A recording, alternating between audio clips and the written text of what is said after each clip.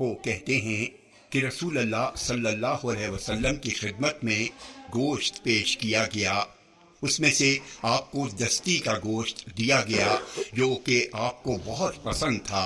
اسے آپ نے نوچ نوچ کر کھایا، پھر فرمایا قیامت کے دن میں لوگوں کا سردار رہوں گا، کیا تم لوگوں کو اس کی وجہ معلوم ہے؟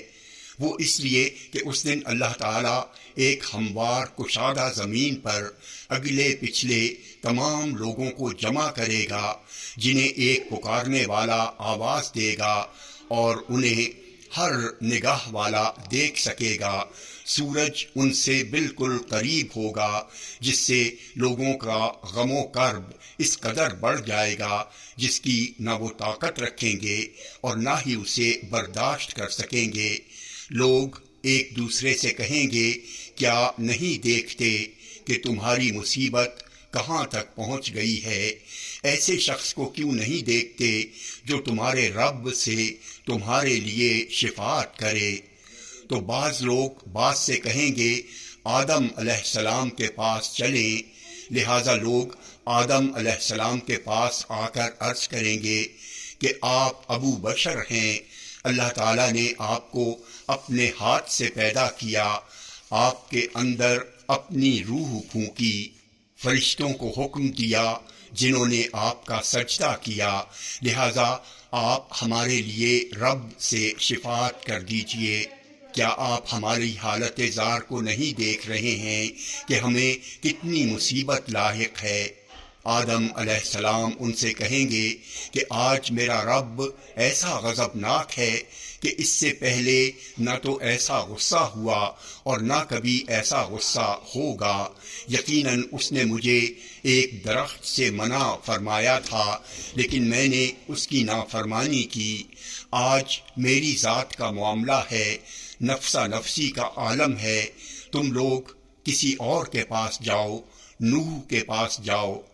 چنانچہ وہ لوگ نوح علیہ السلام کے پاس آ کر عرض کریں گے اے نوح، آپ زمین والوں کی طرف بھیجے گئے پہلے رسول تھے، اللہ نے آپ کو شکر گزار بندہ کہا ہے، لہذا آپ ہمارے لیے اپنے رب سے شفاعت کر دیجئے۔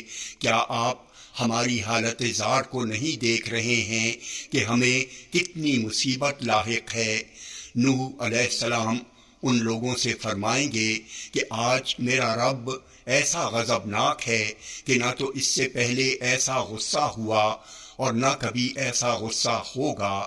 میرے لیے ایک مقبول دعا تھی جسے میں نے اپنی قوم کی ہلاکت کے لیے استعمال کر لیا، اور آج میری ذات کا معاملہ ہے، نفسی نفسی نفسی، تم لوگ کسی اور کے پاس جاؤ، ابراہیم علیہ السلام کے پاس جاؤ۔ چنانچہ وہ لوگ ابراہیم علیہ السلام کے پاس آ کر عرض کریں گے اے ابراہیم، آپ زمین والوں میں سے اللہ کے نبی اور اس کے خلیل یعنی گہرے دوست ہیں، لہذا آپ ہمارے لیے اپنے رب سے شفاعت کر دیجئے۔ کیا آپ ہماری حالت زار کو نہیں دیکھ رہے ہیں؟ وہ فرمائیں گے کہ آج کے دن میرا رب اتنا غضبناک ہے کہ اس سے پہلے نہ تو ایسا غصہ ہوا اور نہ کبھی ایسا غصہ ہوگا، اور میں دنیا کے اندر 3 جھوٹ بول چکا ہوں۔ ابو حیان نے اپنی روایت میں ان تینوں جھوٹ کا ذکر کیا ہے۔ آج میری ذات کا معاملہ ہے، نفسی نفسی نفسی، تم لوگ کسی اور کے پاس جاؤ، موسیٰ کے پاس جاؤ۔ چنانچہ وہ لوگ موسیٰ علیہ السلام کے پاس آ کر عرض کریں گے اے موسیٰ، آپ اللہ کے رسول ہیں، اللہ نے آپ کو اپنی رسالت اور اپنے کلام کے ذریعے تمام لوگوں پر فضیلت عطا کی ہے، لہذا آپ ہمارے لیے اپنے رب سے شفاعت کر دیجئے۔ کیا آپ ہماری حالت زار کو نہیں دیکھ رہے ہیں؟ وہ فرمائیں گے کہ آج کے دن میرا رب اتنا غضبناک ہے کہ اس سے پہلے نہ تو ایسا غصہ ہوا اور نہ کبھی ایسا غصہ ہوگا۔ دنیا کے اندر میں نے ایک شخص کو مار ڈالا تھا جسے مارنے کا مجھے حکم نہیں دیا گیا تھا۔ آج مجھے اپنی جان کی فکر ہے، نفسی نفسی نفسی۔ تم لوگ کسی اور کے پاس جاؤ، عیسیٰ کے پاس جاؤ۔ چنانچہ وہ لوگ عیسیٰ علیہ السلام کے پاس آ کر عرض کریں گے، اے عیسیٰ، آپ اللہ کے رسول ہیں اور اس کا کلمہ ہیں جسے اس نے مریم علیہ السلام کی طرف ڈالا، اور آپ اللہ کی روح ہیں، آپ نے لوگوں سے گود ہی میں کلام کیا، لہذا آپ ہمارے لیے اپنے رب سے شفاعت کر دیجئے۔ کیا آپ ہماری حالت زار کو نہیں دیکھ رہے ہیں؟ عیسیٰ علیہ السلام فرمائیں گے، آج کے دن میرا رب اتنا غضبناک ہے کہ اس سے پہلے نہ تو ایسا غصہ ہوا اور نہ کبھی ایسا غصہ ہوگا، اور انہوں نے اپنی کسی غلطی کا ذکر نہیں کیا اور کہا کہ آج تو میری ذات کا معاملہ ہے، نفسی نفسی نفسی۔ تم لوگ کسی اور کے پاس جاؤ، محمد صلی اللہ علیہ وسلم کے پاس جاؤ۔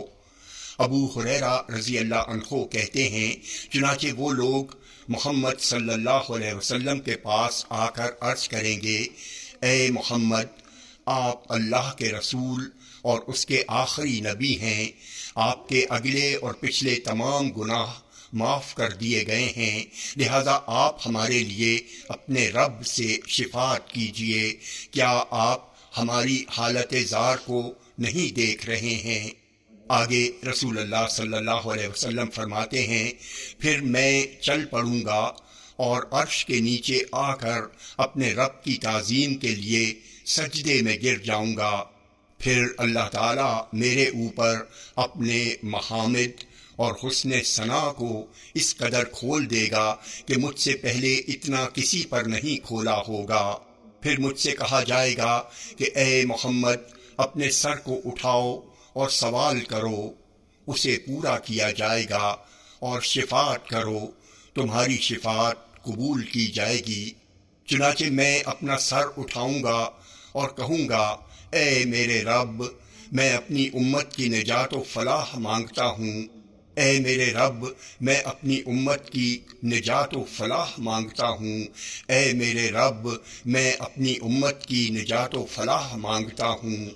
اللہ تعالیٰ فرمائے گا، اے محمد، اپنی امت میں سے ان لوگوں کو جنت کے دروازوں میں سے داہنے دروازے سے داخل کر لیں جن پر کوئی حساب و کتاب نہیں ہے، اور یہ سب امت محمد دیگر دروازوں میں بھی داخل ہونے میں اور لوگوں کے ساتھ شریک ہوں گے۔